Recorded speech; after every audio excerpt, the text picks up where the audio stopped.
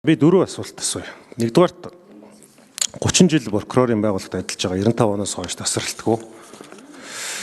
Бие даасан энэ мөрдөн шалах албаны асуудлаар ер нь яригадаад байдаг. Энэ дэр таны байр суурь нь ямар байдаг вэ? Хоёрдугаарт нь болохоор энэ хүний эрхийн төлөв байдлыг сайжруулахад энэ хууль хүчний байгууллага тэр тусмаа прокурорын оролцоогтой хэрхэн үздэг вэ? Гуравдугаарт бизнес эрхлэгчдийг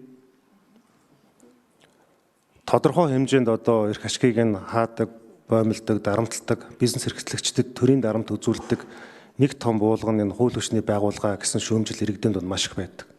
Тэр тусмаа улс төрийн сонгуулийн үеэр ямар нэгэн одоо зохион байгуулалттай гэмт хэрэг гаргаж улс төрд тодорхой одоо ялт байгуулах зорилгоор явцсан ашиг сонирхлын хүрээнд хин нэгэн үнийг буруутгаад эсвэл одоо хэсэг бүлэг үнийг буруутгаад янз бүрийн хэвлэл мэдээллийн PR хийгээд түүнийг цагдаагийн байгууллага болон прокуророор мэдээлэл хийлгүүлдэг.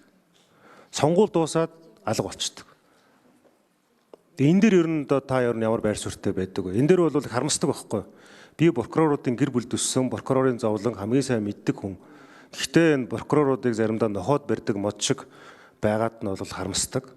Гэхдээ зарим үед бас зарим прокурорууд бол энэ дээр бас зоригтой тэмцэж улс төрчдийн эсрэг зарчим хэлж чаддаг байсан үед байдаг.